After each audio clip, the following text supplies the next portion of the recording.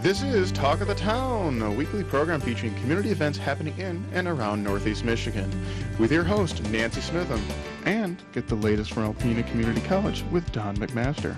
And now, today's Talk of the Town.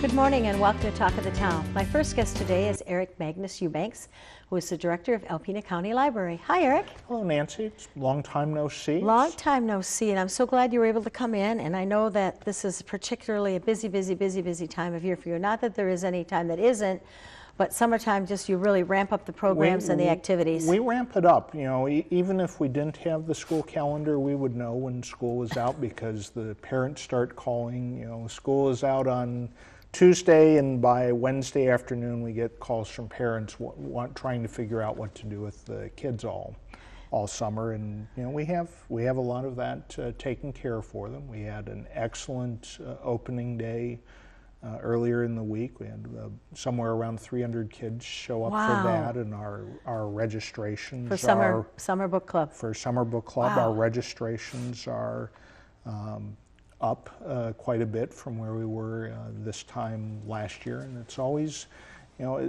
good to see kids in the library reading. It's something that's important for them to keep reading during the summer. There are huge differences between kids that read during the summer and kids who don't, and so for as many listeners out there, it's important that your kids and grandkids read throughout the summer. And you know, the funny part is they can read all the time, but the summer book club challenges and makes them better readers. I saw something on Facebook today. A mother posted, "Thank you, Alpena County Library.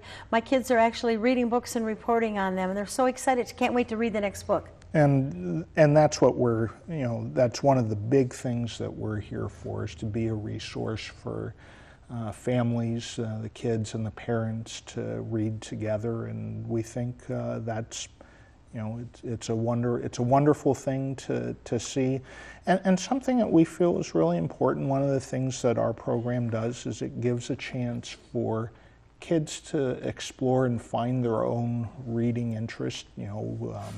School reading programs are nice and important, but it's nice to have kids be able to select and choose their own reading for a period of time. I'm a voracious reader, but I would never read anything that didn't interest me. I start out, I try, and then I put it down and go to something I like. But so when will the carnival be this year, Eric? Carnival will be Wednesday, August I want to say 8th, whatever that Wednesday in August is. It's either the 8th or 9th at the Aplex from 10 until 2.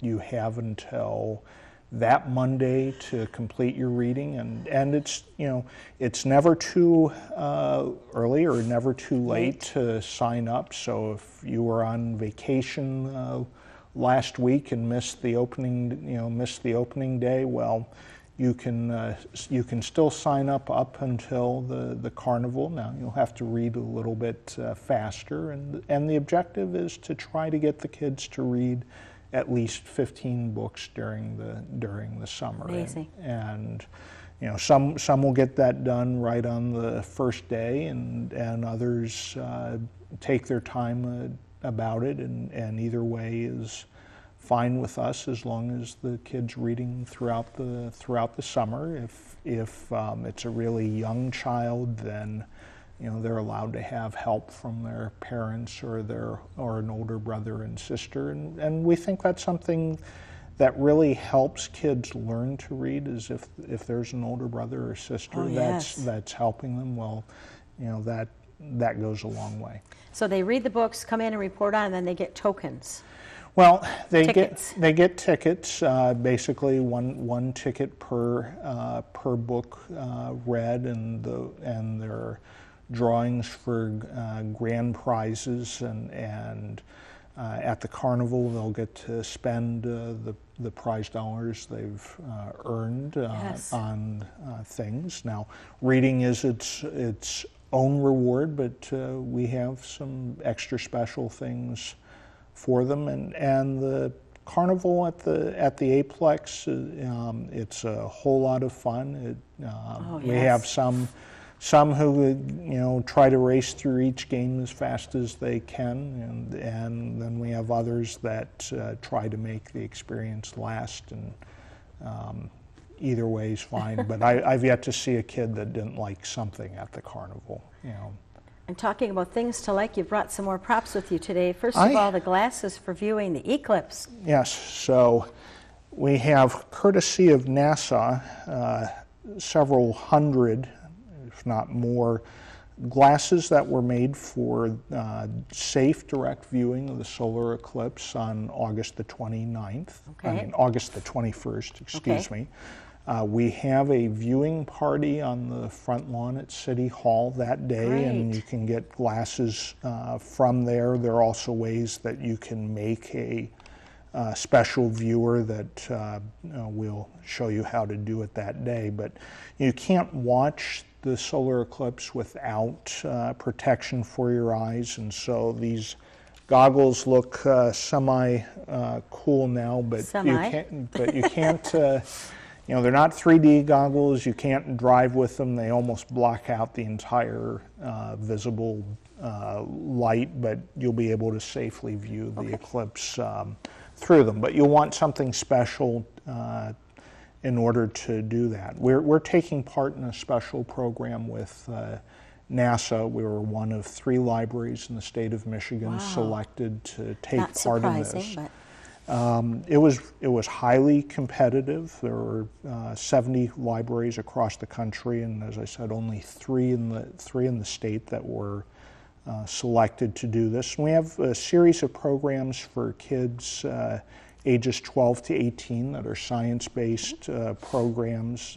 The next one is July the 13th, which has to do with success and failure in space.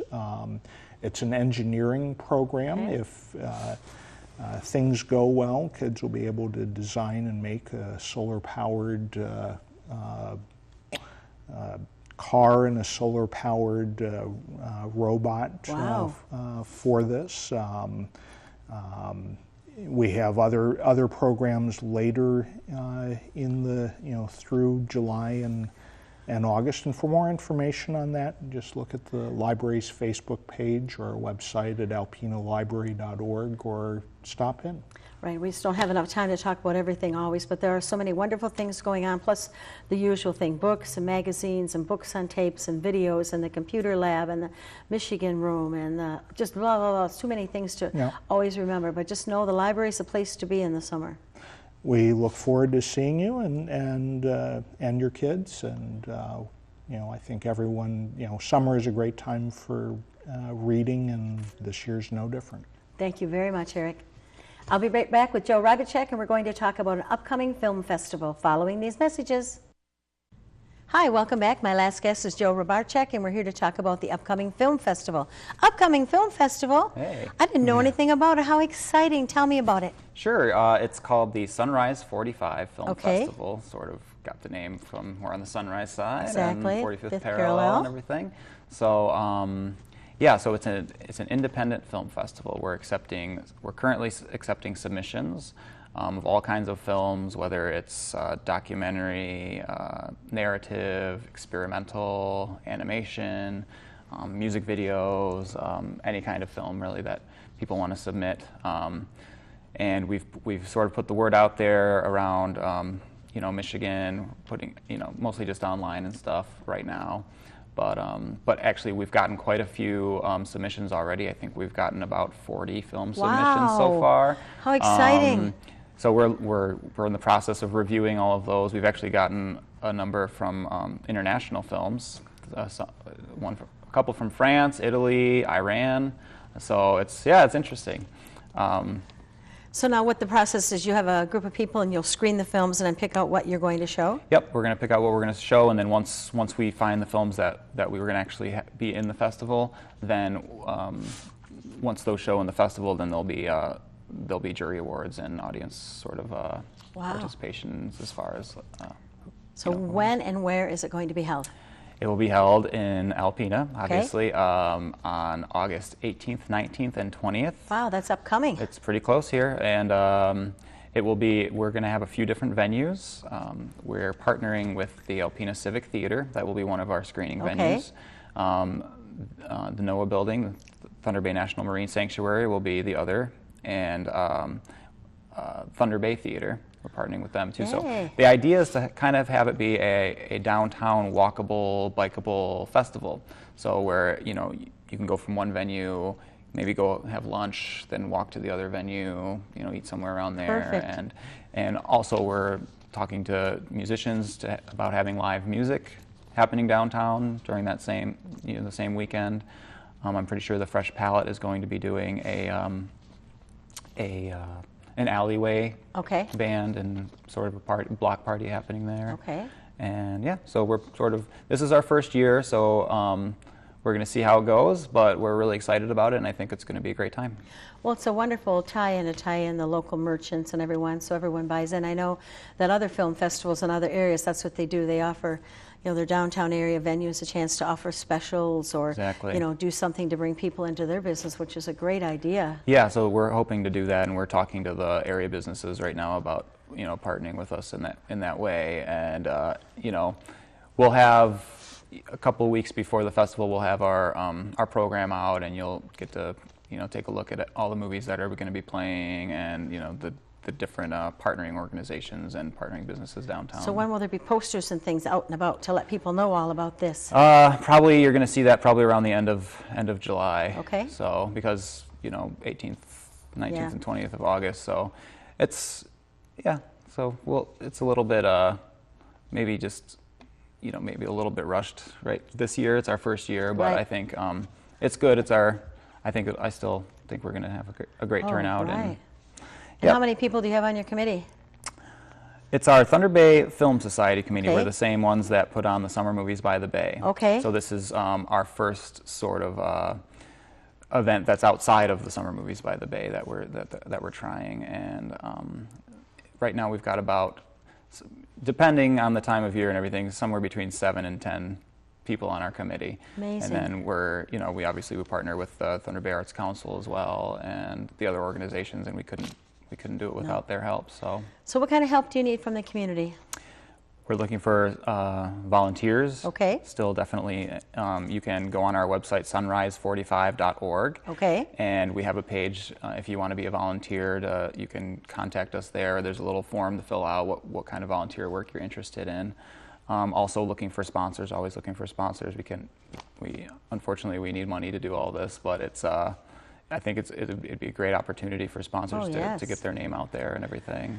And yeah, so if anybody wants to help out, we'll definitely the week, or the 3 days, 18th, 19th, and 20th, we'll be needing some volunteers to help us out with all that. So. You know, back to Movies on the Bay again, you know, when it first started out, I thought, oh, you know, maybe a few people will come, but I know this past Friday you showed Tom Hanks' The Burbs, because your grandpa told me. No, we're doing that this Friday. Yes, but as this... Yes, past Friday, yes, so, you're right, sorry. And you know, the place was packed and filled with people, you know, little kids in their pajamas, people running around, people sitting in their chairs, people talking to each other, blankets, you know, what a wonderful thing. Yeah, and then our first movie was a great turnout as well. I think we had probably close to 200 people there. Amazing. And yeah, they started off as just that downtown, having people come together. And now this Friday, what are you going to be showing? This coming Friday should be, or actually the following Friday. Will be the Beauty and the Beast. Is our next, wonderful. The original 1991. Wow. And then later on this summer, we'll be doing The Goonies and the Star Wars Rogue One. And then we're going to have a viewer's choice film on September 1st. That'll be our final film. And so you can vote on our website, moviesbythebay.org, which film you want to see for the September 1st one as well. And you know, speaking of that, you have so many wonderful sponsors that help make Movies on the Bay, you know, a part of our community. You know, if someone says there's nothing to do in this town, they should have been downtown this past, 4th of July weekend. I mean, there were people everywhere. There were people playing tennis, people playing basketball, people listening to the concerts, people down at the beaches, people for everything. I mean, it's just amazing. And there were so many things to do. It's like you couldn't fit them all in and do everything. Definitely. That was the problem. I would challenge anybody that says there's nothing to do here. Right. All right. So. The website again for the film festival so people can volunteer. Sure. Film festival website is sunrise45.org. If you want to volunteer, also if you're a filmmaker or you know anybody that's a filmmaker that would like to submit a film, go to that same website. to find out more information. Thank you so much, Joe. And please tell your committee thank you from all of us citizens and people here at the TV station. What a wonderful thing to donate your time and energy just to bring that event to our community. Yeah, definitely. Thank you. Thank you. Please stay tuned for Dr. Don McMaster following these messages. Greetings, everyone. Welcome to Talk of the Town. I'm Dr. Don McMaster. I'm president of Alpena Community College, and I'm pleased to have as our guest this morning Wendy Brooks, Dean Wendy Brooks, Learning Resources Center, and Higher Learning Commission Liaison. It's that second piece we're going to talk about today. You've done a ton of work on accreditation and the Higher Learning Commission, preparing us for our annual review. Could you kind of bring the viewers up to speed on where we are? Sure. As we look at the timing, we have about 25 days before we have to send in the entire document, which is 30,000 words and 21 different areas of criteria. And we have about 80 days before the Higher Learning Commission will come on site and see us, September 25th and 26th. And in that time period, when after we send the document, and they'll have time to read it, to review it, and to even call and ask clarifying questions for us to change anything that we need before they come to visit us in September. Wow, I bet you've got that September date on your calendar. Oh, definitely. We all definitely do. On the countdown calendar, that's right. You have one of the apps on your phone? One of the apps, I sure do, yeah. That's funny. So maybe we should or maybe I should have taken a step back. Tell folks what accreditation is, if you would, and why it's so significant to community colleges like ours. Accreditation is a must, because if your school is not accredited, you would not get the financing and financial aid that you need for your students, and your standard of education would be looked upon as not as good as those accredited schools and institutions. So it's just a must. You have to do it, and it makes us set our goals high, and as we try to reach those goals, we become a better institution as well. Very much so. So the foundation of accreditation is an organization called the Higher Learning Commission, and they set generic criteria for all institutions of higher education. We would have to meet the same criteria as University of Michigan or Correct. Michigan State, or those criteria, how many of them are there, and There's 5 main criteria, but 21 separate components under those. What would those 5 main criteria be? I don't want to put you on the spot. The first one is our mission. Right. The second one is our governance or our integrity. And the third one is how we teach.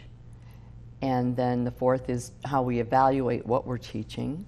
And the fifth one would cover all of our resources, our finances. And so within each of those broad criteria, then there's sub-criteria where you have been engaged, and the staff, you've done a wonderful job of leading the staff toward making the case or the argument that we comply and that we operate at a high level in each of these areas. it's really been nice. The entire staff has been asked to give input, and the involvement has been overwhelming. I'm really, really proud of our staff and all the information that they've been able to share so that we could make this document a living document for our institution. We're going to, again, at startup, share information with the staff of what we've accomplished and what they can expect from the reviewers when they come in.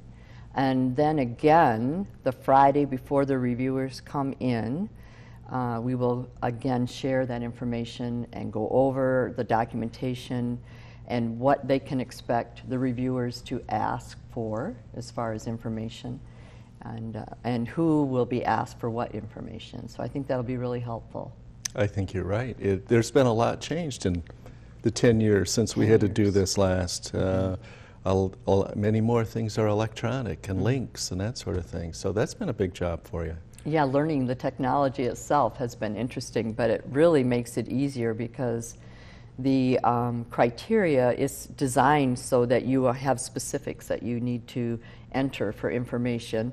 And if you don't have that, then you know that's what you need to go get and fill in the blanks. And I really like working with the technology on the assurance argument. You've done a great job. So the last time they were out was in 2008. We were accredited for 10 years, but we had a little work we needed to do on assessment of student learning, which sounds like a pretty abstract topic. I mean, we grade students, so you could argue that that's assessment, but that's not really assessment from their standpoint. Walk the folks through what we've done to respond to that. We attended an assessment academy, which was sponsored by the Higher Learning Commission. And when we went out to Chicago, they taught us exactly what is expected for the criteria in the area of assessment. And when we came back, we actually used that criteria, we used that assessment information for our quality initiative, which is required in the open pathway of the accreditation for the Higher Learning Commission. And we have actually made the Assessment Academy the central focus of our quality initiative, meaning that as we go through each of our core components, we are making assessments for each of those. The faculty is involved. They help us make the questions for each of the assessments.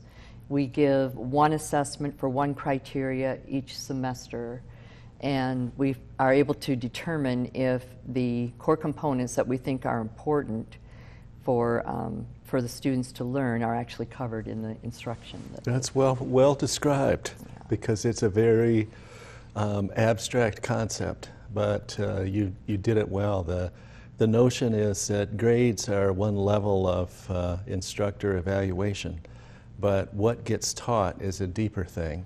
And you need, or the college, the institution needs to look at that regularly and survey students and find out if what we're teaching is what they need to learn or what we say they will learn. And so it's been a long, interesting process about how you've pulled that group. Kathy Marsh had a lot to do with that as well, together. And we hope that we slide through there this time. Yeah. Yes, I think we'll do well. I think so too. We got about 30 seconds left. Is there a community involvement piece when the HLC site team is here?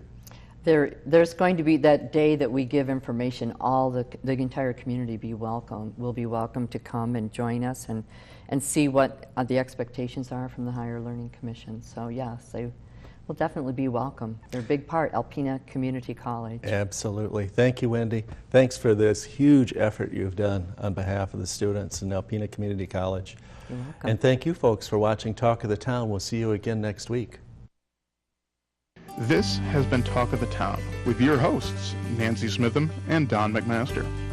For a list of events taking place in Northeast Michigan, please visit our website at wbkb11.com and click on the community link.